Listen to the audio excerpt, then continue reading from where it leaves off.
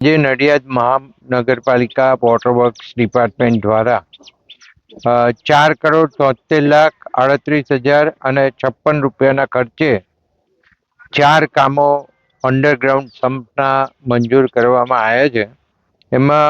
એનું આજે ખાતમુહૂર્ત રાખવામાં આવ્યું. એમાં એક પહેલું હરિદાસ હોસ્પિટલ ટાંકી પાસે હોસ્પિટલના કમ્પાઉન્ડની અંદર 15 લાખ લીટરનો અંડરગ્રાઉન્ડ સમ્પ જે ટાંકી ભરવા માટે કરવા જઈ રહ્યા છે. બીજું સિવિલ ટાંકી માટે હોસ્પિટલ કમ્પાઉન્ડમાં 15 લાખ લીટરનો અંડરગ્રાઉન્ડ સમ્પ એ પણ કરવા જઈ રહ્યા છે. સનરાઈઝ ટાંકી પાસે બોર રૂમ પાસે 15 લાખ લીટરનો અંડરગ્રાઉન્ડ સમ્પ અને એની સાથે અન્ય કામગીરી કરવા જઈ રહ્યા છે. એવી જ રીતે અહીં પ્રગતિનગર ટાંકી માટે બોર રૂમ પાસે 20 લાખ લીટરનો અંડરગ્રાઉન્ડ સમ્પ ભવિષ્યની વસ્તીઓને ધ્યાને રાખી અને આ આયોજન કરવામાં આવ્યું છે. 4 સ્થળ ઉપર હાલમાં પીવાના પાણીની ઓવરહેડ ટાંકીઓ અત્યારે કાર્યરત છે અને તેની પાસે કોઈ પણ સ્ટોરેજની વ્યવસ્થા નહોતી અને વોટર વર્ક વિભાગે ગુજરાત પાણી પુરવઠા બોર્ડ મારફતે આ ઓવરહેડ પાણીની ટાંકી માટેની ટાંકીની ક્ષમતા અથવા તો તેના કરતાં વધુ ક્ષમતાવાળા અંડરગ્રાઉન્ડ સ્ટોરેજ હોવા એ જરૂરી બાબત છે. એ ધ્યાને લઈને આ અંડરગ્રાઉન્ડ સ્ટમ્પ અને સ્ટોરેજ બનાવવાની કામગીરી હાથ પર લેવામાં આવી છે અને આ કામગીરી થવાથી પીવાના પાણી ટાંકી ઉપર અંડરગ્રાઉન્ડ સમ્પમાં પાણીનો સ્ટોરેજ થઈ શકશે અને સંજોગો વસાત મુખ્ય પમ્પિંગ મશીનરી ખોરવાઈ જાય તેવા સમયે અન્ય વિકલ્પથી નાગરિકોને પાણી પુરવઠો પૂરો આપી શકાય તે માટેની વ્યવસ્થા છે.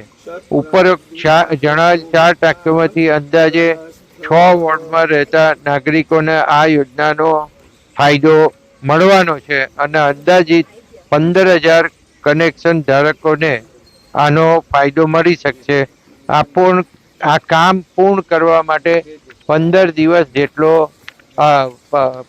15 મહિના જેવો સમય નક્કી કરવામાં આવ્યો છે અને હું માનું છું કે આ સમયસર કામગીરી પૂર્ણ થાય એવું ખાતમુહૂર્ત જ્યારે કર્યું છે ત્યારે કોન્ટ્રાક્ટરોને અહીં હાજર છે એમને કહું છું અને ગુણવત્તાસભર કામ કરે, કામમાં કોઈ પણ જાતની ચોરી ના કરે. અહીંયા ડેપ્યુટી કમિશનર પણ હાજર છે. સમયસર આના ટેસ્ટિંગ થાય અને ટેસ્ટિંગ કોઈ ફેલ થાય તો એની પર જે કંઈ કાર્યવાહી કરીને કામ કરાવવાના જે ગુણવત્તાસભર કામ થાય એના માટેના સંપૂર્ણ પ્રયાસો કરે એ આ તબક્કે હું એમને કહું છું.